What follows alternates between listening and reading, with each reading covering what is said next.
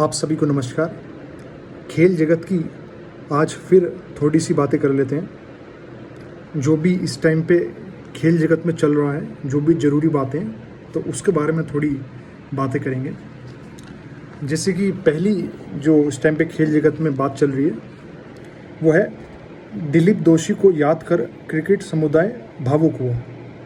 दिलीप दोषी के बारे में दिग्गज सचिन तेंदुलकर सहित भारतीय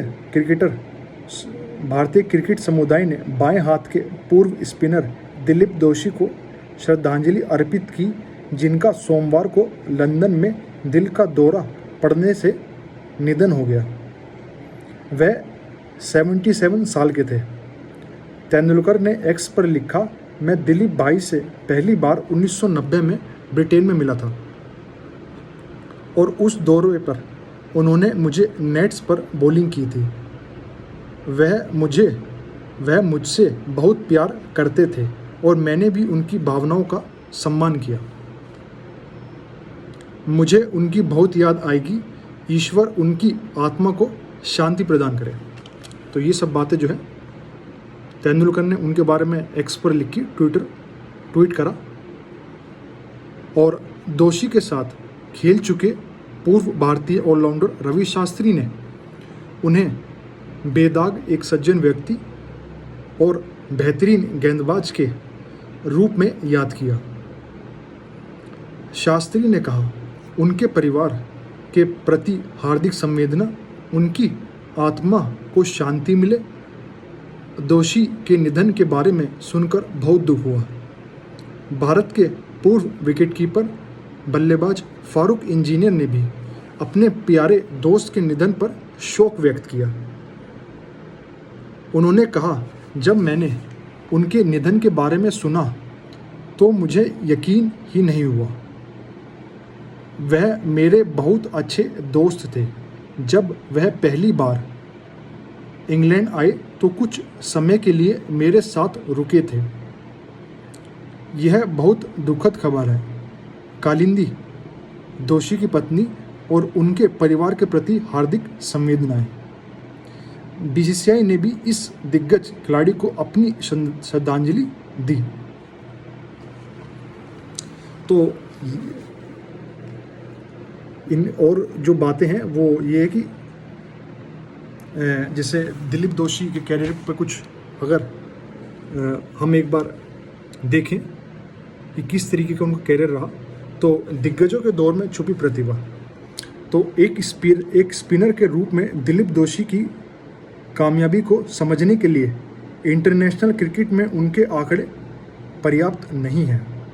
दरअसल दोषी जिस दौर में खेले उसमें बिशन सिंह बेदी, इरापल्ली प्रसन्ना, एस वेंकटरा गवन और भगवत चंद्रशेखर जैसे दिग्गज स्पिनर्स भी मौजूद थे। ऐसे में दूसरों के लिए जगह बनाना मुश्किल था। दूसरी पंक्ति के ऐसे स्पिनर्स में राजेंद्र गोयल, जिन्होंने 750 फर्स्ट क्लास के विकेट लिए, और शिवालकर जिन्होंने 589 फर्स्ट क्लास विकेट, और राजेंद्र हंस जिन्होंने 340 फर्स्ट क्लास विकेट के अलावा दोषी भी शामिल थे। नतीजा था कि बेदी के संन्यास लेने के बाद ही साल 1979 में दोषी ने टेस्ट क्रिकेट में पदार्पण किया और 1983 तक 33 मैच खेलकर 30.71 के औसत से 114 विकेट हासिल किए। दोषी के नाम फर्स्ट क्लास क्रिकेट में 898 विकेट दर्ज हैं। उन्होंने 43 बार पारी में 5 विकेट झटके हैं। लिस्ट ए क्रिकेट में उन्होंने 75 शिकार किए। तो और जो बातें हैं वो है कि इंग्लैंड में द्रविड़ का रिकॉर्ड तोड़ सकते हैं ऋषभ पंत। ये कहना है भारत के पूर्व क्रिकेटर संजय मांजरेकर का। उन्होंने कहा है कि इंग्लैंड के खिलाफ पहले टेस्ट मैच के दौरान ऋषभ पंत ने दोनों पारियों में शतक लगाए। पूर्व क्रिकेटर संजय मांजरेकर ने पंत की तारीफ करते हुए कहा कि सीरीज के अंत तक वह इंग्लैंड की धरती पर सर्वाधिक टेस्ट शतक लगाने वाले भारतीयों में राहुल द्रविड़ से आगे निकल सकते हैं। मांजरेकर ने कहा, जब आप इंग्लैंड में बल्लेबाजी के कारनामे दोहरे शतक बनाने की बात करते हैं तो पंत की तुलना दिलीप वेंगसरकर, द्रविड़, सचिन तेंदुलकर और सुनील गावस्कर जैसे दिग्गजों से की जाती है। लेकिन यहाँ उल्लेखनीय बात यह है कि वह एक विकेटकीपर भी है, जो इसे अविश्वसनीय बनाता है। और जो तीसरी खबर है वो चल रही है कि बर्ताव के लिए पंत को लगाई फटकार। किसने लगाई है? आईसीसी ने। इंटरनेशनल क्रिकेट काउंसिल ने भारत के विकेटकीपर बल्लेबाज ऋषभ पंत को इंग्लैंड के खिलाफ पहले टेस्ट मैच के तीसरे दिन एम्पायर के फैसले पर असहमति जताने के लिए फटकार लगाई है। हेडिंग्ले टेस्ट में दोनों पारियों में शतक लगाने वाले पंत को इंग्लैंड की पहली पारी के दौरान मैदान पर उनके बर्ताव के लिए फटकार लगाई है। इस 27 वर्षीय खिलाड़ी को आईसीसी आचार संहिता के लेवल 1 के उल्लंघन का दोषी पाया गया है। आईसीसी ने बयान में कहा, पंत को खिलाड़ियों और उनके सहयोगी स्टाफ से जुड़ी आईसीसी आचार संहिता की धारा 2.8 का उल्लंघन का दोषी पाया गया। अभी जो WTC का जो चक्कर है, जो कि 2025 से लेकर 27 तक चलेगा, उसका पहला दौरा, जो पहला टेस्ट मैच जो खेला गया था वो श्रीलंका और बांग्लादेश के बीच खेला गया था, जो कि ड्रॉ हो गया था। और आज से जो है श्रीलंका और बांग्लादेश का दूसरा और अंतिम टेस्ट मैच खेला जाएगा। कप्तान नजमुल हुसैन शंटो सहित फॉर्म में चल रहे अन्य बैटर्स के दम पर बांग्लादेश आज से श्रीलंका के खिलाफ शुरू होने वाले दूसरे और निर्णायक टेस्ट में जीत हासिल कर सीरीज पर कब्जा करना चाहेगी। दोनों देशों के बीच पहले टेस्ट मैच में काफ़ी रन बने थे, लेकिन बारिश की वजह से मुकाबला का कोई नतीजा नहीं निकल सका था। और दूसरा टेस्ट कोलंबो के सिनहली स्पोर्ट्स क्लब में खेला जाएगा, जहां की पिच स्पिनर्स के अनुकूल रहती है। पहले टेस्ट में बांग्लादेश के कप्तान नजमुल ने पहले टेस्ट की दोनों पारियों में शतक जड़ा था। उनके अलावा मुशफिकुर रहीम ने 163 रन बनाए थे। मैच से पहले मेजबान श्रीलंका को बड़ा झटका लग चुका है। तेज गेंदबाज मिलन रत्नायके बाएं हिस्से में खिंचाव के चलते बाहर हो चुके हैं। अनुभवी ऑलराउंडर एंजेलो मैथ्यूज टेस्ट से संन्यास ले चुके हैं। हिली की नज़रें लगातार 2 वर्ल्ड कप जीतने पर। ये ऑस्ट्रेलिया से जुड़ी खबर है। ऑस्ट्रेलिया की विमेंस टीम की कप्तान एलिसा हिली ने आगामी वनडे वर्ल्ड कप के बाद संन्यास लेने से इनकार कर दिया है। उन्होंने कहा है कि लगातार चोटिल होने के कारण उनकी कम से कम 2026 में भारत के खिलाफ सीरीज तक खेलने की भूख और बढ़ गई है। हिली ने कहा, शायद संन्यास लेने की तारीख थोड़ी बदल गई है। कभी कभी जीवन में ऐसी चीज़ें होती हैं जो हरे और सुनहरे रंग की जर्सी पहनने से थोड़ी अधिक अहम है। मैं वर्ल्ड कप घर लाना चाहती हूँ, लेकिन भारत के खिलाफ भी खेलना चाहती हूँ। नए चक्कर की होगी शुरुआत।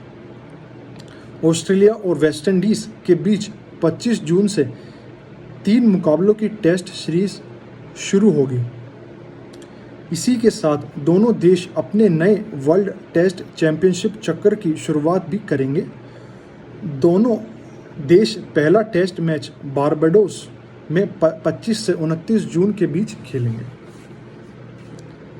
और फुटबॉल जगत में जो अभी खबर है वो है कि इंटर मियामी और PSG की प्री क्वार्टर फाइनल में एंट्री हो चुकी है।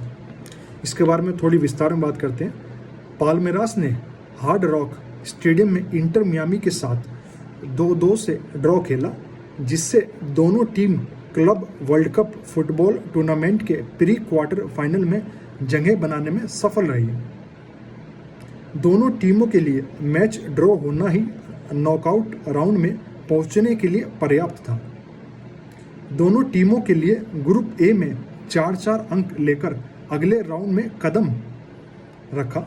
अर्जेंटीना के सुपरस्टार लियोनेल मेसी इस मैच में कोई कमाल नहीं दिखा पाए। इसके बावजूद एक समय लग रहा था कि इंटर मियामी तादेओ एलेंदे और अनुभवी लुई सुआरेज के गोल की मदद से 2-0 की बढ़त लेने के बाद जीत हासिल करने में सफल रहेगा। ब्राज़ील के क्लब पाल्मेरास ने पालिन्हो और मोरिसियो के गोल की मदद से मैच ड्रॉ कराकर अंतिम 16 में जगह सुनिश्चित की। और एक और फुटबॉल जगत में जो खबर है वो है एटलेटिको मैड्रिड बाहर हो चुकी है।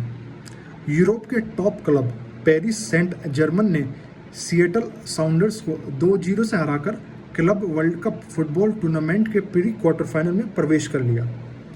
इस ग्रुप में शामिल यूरोप की एक अन्य टीम एटलेटिको मैड्रिड को बोटाफोगो पर 1-0 से जीत के बावजूद बाहर का रास्ता देखना पड़ा। बोटाफोगो इस मैच में पराजय के बावजूद आगे बढ़ने में सफल रहा। और टेनिस जगत में जो इस टाइम पे खबर चल रही है, जैसे कि विंबलडन जो कि खेला जाएगा 30 जून से, तो विंबलडन से जुड़ी हुई ये खबर है कि विंबलडन में लगेगी एंडी मरे की प्रतिमा। 2 बार के विंबलडन चैंपियन एंडी मरे 2027 में इस ग्रास कोर्ट टूर्नामेंट की 150वीं वर्षगांठ के उपलक्ष्य में लगने वाली अपनी प्रतिमा के डिजाइन में मदद करेंगे। विंबलडन आयोजकों ने मंगलवार को बताया कि उनका लक्ष्य 2027 के संस्करण के दौरान ब्रिटिश टेनिस के इस दिग्गज की प्रतिमा का अनावरण करना है।